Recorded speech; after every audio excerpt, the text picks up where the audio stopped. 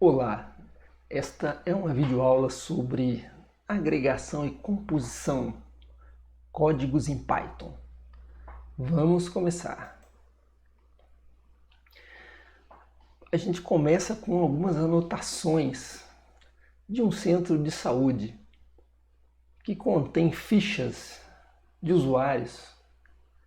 Por exemplo, aqui o João da Silva, aí a gente tem o e-mail do João, o telefone dele, e alguns dados dizendo que no dia 12 de janeiro ele fez um exame de vitamina B12, onde teve um resultado de 219. No dia 14 de janeiro fez um exame de vitamina D25 com resultado de 33. E aí a Maria Oliveira também fez alguns exames. E tem um controle de respiradores aqui embaixo, com código, data de aquisição e uma informação de empréstimo. No caso, os dois primeiros estão livres e o terceiro está emprestado para Maria de Oliveira desde 5 de junho de 2020.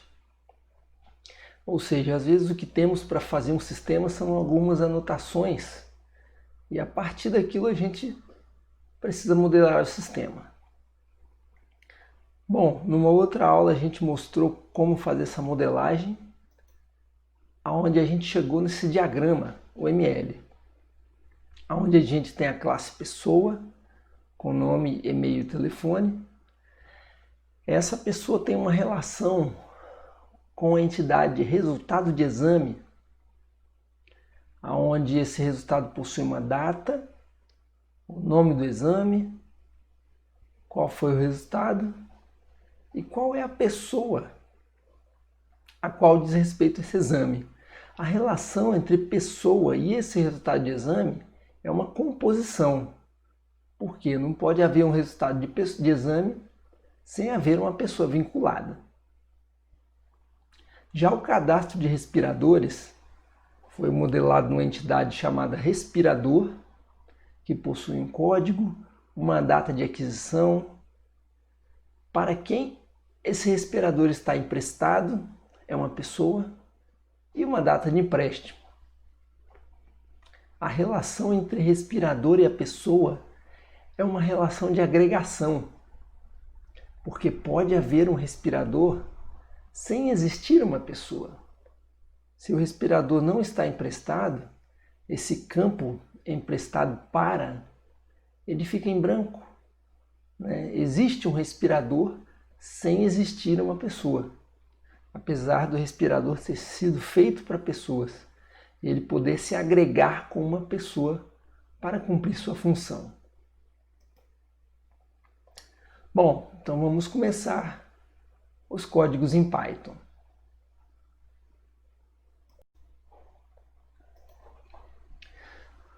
O primeiro código que a gente vai falar é da classe pessoa. Um código simples, como já vimos em aulas anteriores.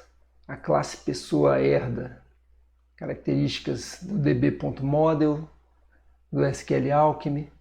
Eu tenho o atributo ID, que é uma chave primária. Isso me confere o recurso de eu ter um alto incremento no valor desse ID. E eu tenho os campos nome, e-mail e telefone, todos string de um valor fixo 254. Nessa classe pessoa ainda a gente define o método underline underline str underline underline, onde eu posso obter uma expressão dessa classe no formato texto. Então eu simplesmente concateno as informações nome, ID, e-mail e telefone. Defino também o método JSON para eu poder obter o objeto dessa classe no formato JSON. Também de uma forma bastante simples, com um return, e aí cada campo precedido do seu valor, do atributo. Bom, passando para a classe resultado de exame, então começo com os campos mais simples, um ID interno também, data, nome e resultado, todos do tipo texto nesse momento, para simplificar. A seguir a gente cria um campo chamado pessoa ID. Esse campo é o campo que vai estabelecer o relacionamento com a classe pessoa. Então ele é um campo inteiro, e aí eu tenho o tipo dele aqui, o comando que faz essa relação, que obtém o valor desse campo. É o comando foreign key. Então ele é um comando que define o relacionamento dessa classe com a classe pessoa, onde esse campo pessoa ID ele vai conter, né, ele vai se relacionar com a classe pessoa por meio do campo ID da pessoa. Né? Isso em nível de tabela, ele faz com que o ID da pessoa seja associado a esse campo pessoa ID. Funciona mesmo em nível de tabela como uma chave estrangeira, conceito do banco de dados. Bom, e para que essa relação seja uma composição, né, para que não possa haver um resultado de exame sem uma pessoa, eu especifico esse parâmetro no label igual a false, ou seja, todo resultado de exame deve haver um campo chamado pessoa ID com valor. Esse campo não pode ficar sem valor. Então, com isso eu estou dizendo que não pode haver um resultado de exame sem um identificador de pessoa vinculado, ou seja, sem uma pessoa neste resultado de exame. Assim eu defino a composição em nível de programação. Outro campo que eu crio nessa classe é um campo chamado pessoa, um atributo chamado pessoa. Esse atributo vai ser um relacionamento com a classe pessoa, um relacionamento de outra forma. Aqui em cima, o pessoa ID, ele tem um relacionamento com a classe pessoa em nível de chave estrangeira, onde o ID da pessoa é obtido. Aqui embaixo, esse atributo pessoa é um relacionamento com a classe pessoa, de forma que o objeto pessoa inteiro seja mapeado por esse atributo. Dessa forma, quando eu estiver acessando o resultado de exame, eu consigo acessar os dados da pessoa nesse objeto resultado de exame. Por exemplo, se eu criei um resultado de exame aqui, exame realizado, a data, o nome e o resultado, aqui eu passei qual é a pessoa que está vinculada a esse exame realizado, no caso, pessoa igual a P1. Então, eu posso dar um print aqui, por exemplo, E1.pessoa, que é esse atributo aqui, ponto nome. Olha lá. Então, eu consigo acessar o nome da pessoa que está no exame realizado por meio do atributo pessoa que tem nesse objeto E1. Isso graças a esse atributo pessoa que foi criado nesta classe. Bom, a classe resultado de exame. Na verdade, essa classe aqui está sendo chamada no código implementado de exame realizado. Ela possui um método JSON, onde eu tenho aqui os atributos básicos, ID, data, nome, resultado, pessoa, ID. E o atributo pessoa, o valor JSON dele é obtido através de uma chamada do método JSON do atributo pessoa, que também vai me retornar um outro JSON. Então, na prática, o que eu vou ter aqui, ó, quando essa função for executada, né, esse método? Eu vou ter os atributos do resultado de exame, ID, data, nome, resultado, pessoa, ID, e vou ter um atributo pessoa com todos os valores da pessoa aqui dentro, ID, nome, e-mail, telefone. Então, dessa forma, a pessoa vai estar contida no resultado de exame, também no método JSON. Bom, aqui dessa forma, exatamente, olha lá. Então aqui, como está mostrando, né, esses campos aqui fornecem esse resultado, e esse comando sozinho aqui fornece todo esse resultado, que são os dados da pessoa no formato JSON. Bom, na classe respirador, A gente tem também aqui os atributos principais definidos, a chave primária, um identificador interno, um código e a data de aquisição. A data de empréstimo também é criada e ela vai possuir um valor se houver uma pessoa com respirador. A classe pessoa ID, da mesma forma que a classe anterior,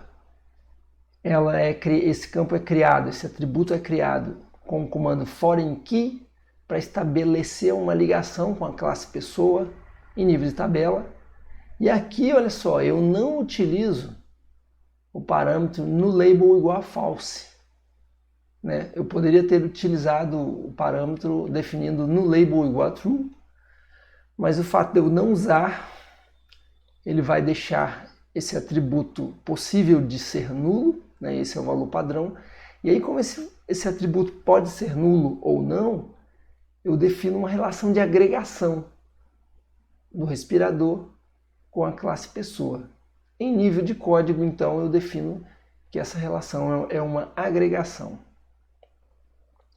Aqui também eu crio um atributo chamado pessoa, com esse comando relationship com a classe pessoa, aonde eu posso acessar os dados de uma pessoa quando o respirador estiver emprestado para uma pessoa.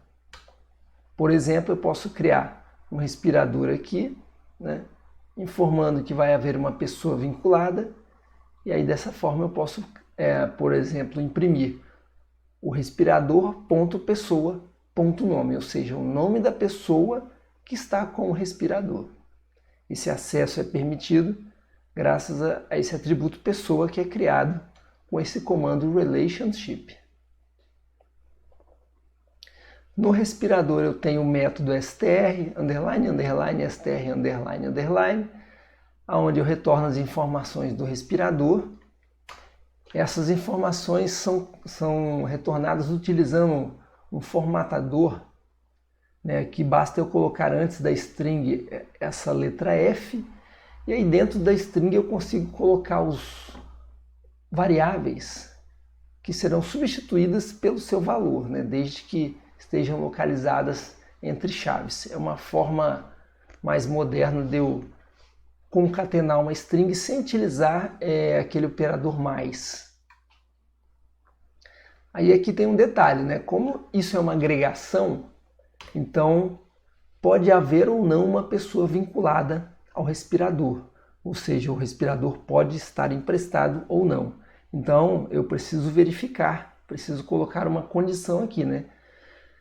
Então olha lá, se self.pessoa for diferente de none, ou seja, se houver uma pessoa vinculada a esse respirador, aí eu acrescento as informações nessa variável s aqui, ó. Então eu coloco mais informações nesse retorno textual do objeto, coloco o nome aqui, as informações da pessoa e a data de aquisição. Então eu adiciono isso na string que vai ser retornada depois, mas eu só retorno informações da pessoa com o respirador se houver uma pessoa vinculada ao respirador. O método JSON do respirador também precisa levar em conta se existe uma pessoa com esse respirador ou não. Então a gente começa com uma verificação. O respirador não está emprestado, ele está livre. Então eu vou configurar algumas variáveis aqui, ó, o pessoa ID, o pessoa e o data empréstimo como vazio, né? Porque o meu JSON ele precisa retornar esses campos. Mas se o respirador estiver livre, ele retorna esses campos com valor vazio.